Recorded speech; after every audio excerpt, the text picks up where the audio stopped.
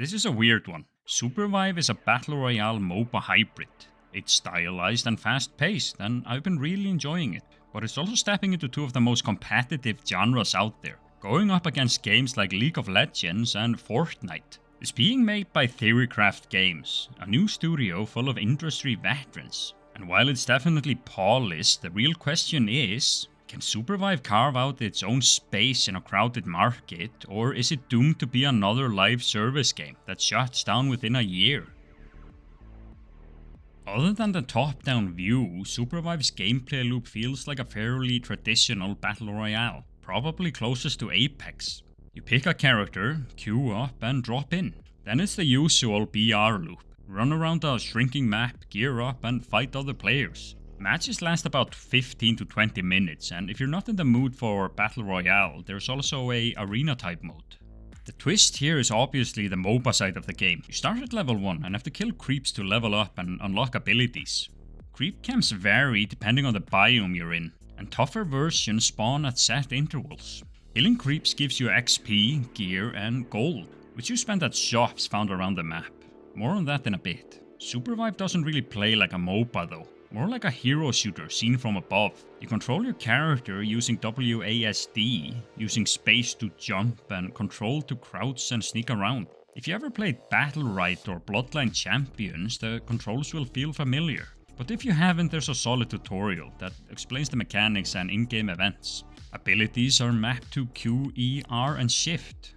Shift is always a dash or a movement skill, but the rest depends on your character. Characters fill roles you'll recognize from MOBAs and hero shooters, tanks, supports, and damage dealers. You start with a handful, but unlock more pretty quickly.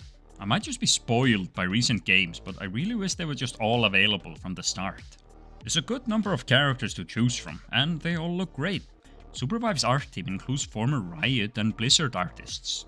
It really shows in the character design, the overall look of the game world and battlefield readability.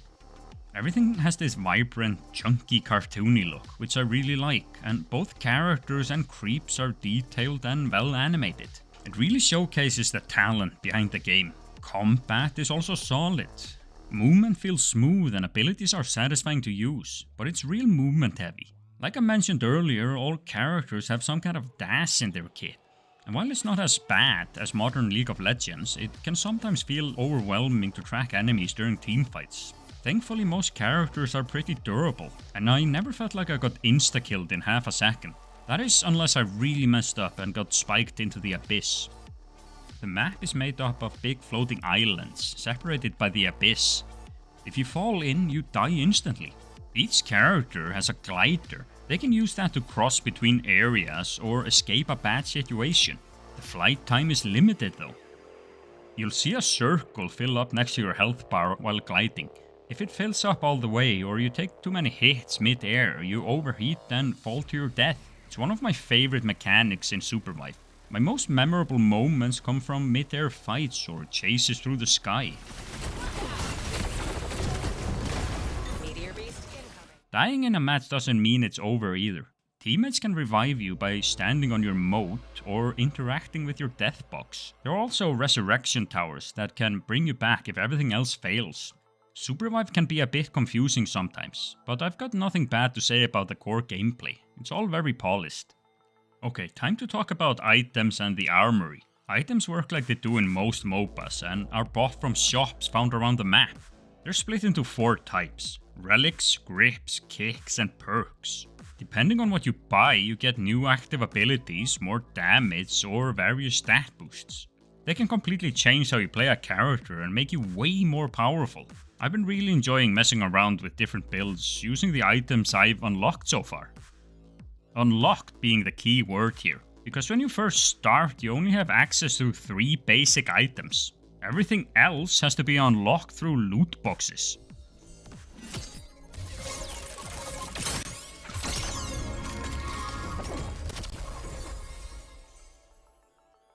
They're bought with in-game currency you earn by playing matches or finishing missions. The better you do in-game, the more currency you get. This is Supervive's new Armory system, and I'm just gonna come out and say it. It's a system I actively dislike, and I don't understand the logic behind it. The items you get from boxes are random. And on top of that, each piece of gear has ranks. That means you need to get multiple duplicates to fully rank up a single item. There's a rotating shop where you can buy specific items too, but they're often 2 or 3 times more expensive than a loot box. What makes it even weirder is how in one of the recent trailers they hyped up build variety, talking about how excited they are for players to experiment with all these cool items. But in reality, you really can't. Not unless you already put a decent chunk of time in and engaged with their bizarre pseudo-gambling system. All the items also disappear and reset each season. So once a new season starts, you need to do all of this over again. Now, to be fair, some creeps drop items, and you can loot gear of dead players too. But I feel like this system creates an uneven playing field for people who maybe not play as much or start later in a season. I want to make it absolutely clear though, you cannot buy these loot boxes for real money. Everything in the real money store are just cosmetics, and while they look good, they're a bit too expensive for my taste. Now, despite everything I just said, I still recommend Supervive. The core gameplay is strong, and it's fun to play. They've actually managed to blend hero shooters, MOBAs and battle royales into something that feels genuinely different and new. But like we all know, it's a crowded market.